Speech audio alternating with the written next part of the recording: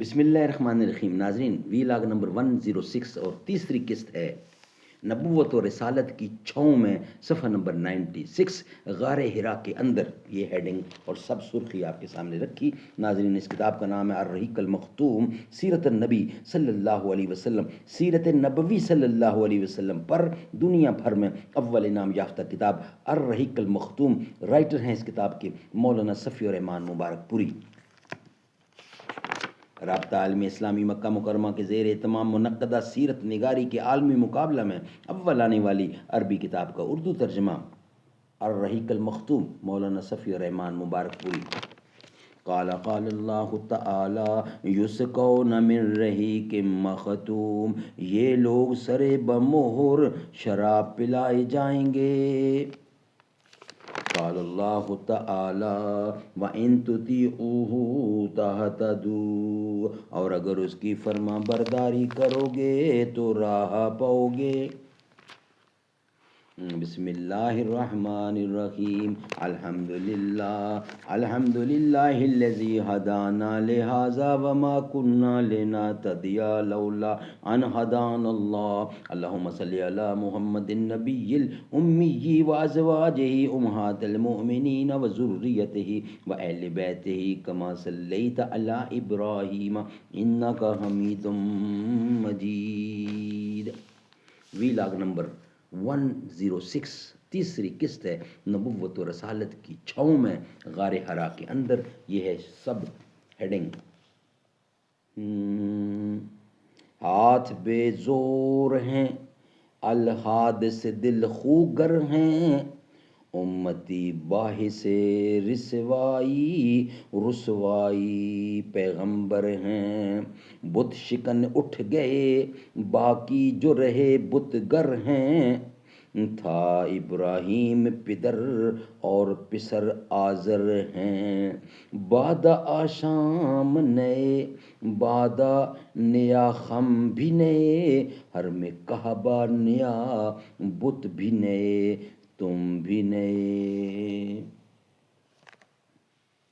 نبوت رسالت کی چھاؤں میں، غار ہرا کے اندر رسول اللہ صلی اللہ علیہ وسلم کی عمر شریف جب 40 برس کے قریب ہو چلی، اور اس دوران آپ صلی اللہ علیہ وسلم کے اب تک کے تأملات نے قوم سے آپ کا ذہنی اور فکری فاصلہ بہت وسیع کر دیا، تو آپ صلی اللہ علیہ وسلم کو تنہائی محبوب ہو گئی. چنانچہ آپ ستو اور پانی لے کر، یعنی آپ صلی اللہ علیہ وسلم ستوں اور پانی لے کر مکہ سے کوئی 2 میل دور کوہ ہرا کے ایک غار میں جا رہے تھے. یہ ایک مختصر سا غار ہے جس کا طول 4 گز اور عرض 2.25 گز ہے. یہ نیچے کی جانب گہرا نہیں ہے، بلکہ ایک مختصر راستے کے بازو میں اوپر کی چٹانوں کے باہم ملنے سے ایک کوتل کی شکل میں اختیار کیے ہوئے ہے. آپ صلی اللہ علیہ وسلم جب یہاں تشریف لے جاتے تو حضرت خدیجۃ الکبریٰ بھی آپ صلی اللہ علیہ وسلم کے ہمراہ جاتی اور قریب ہی کسی جگہ موجود رہتی. آپ صلی اللہ علیہ وسلم رمضان بھر اس غار میں قیام فرماتے، آنے جانے والے مسکینوں کو کھانا کھلاتے اور بقیہ اوقات اللہ تعالیٰ کی عبادت میں گزارتے. کائنات کے مشاہد اور اس کے پیچھے کار فرما قدرت نادرہ پر غور فرماتے. آپ صلی اللہ علیہ وسلم کو اپنی قوم کے لچ شرکیہ عقائد اور داہیات اور واہیات تصورات پر بالکل اطمینان نہ تھا، لیکن آپ صلی اللہ علیہ وسلم کے سامنے کوئی واضح رستہ، معین طریقہ اور افراط و تفرید سے ہٹی ہوئی کوئی ایسی راہ نہ تھی جس پر آپ اطمینان اور انشراح قلب کے ساتھ رواں دواں ہو سکتے.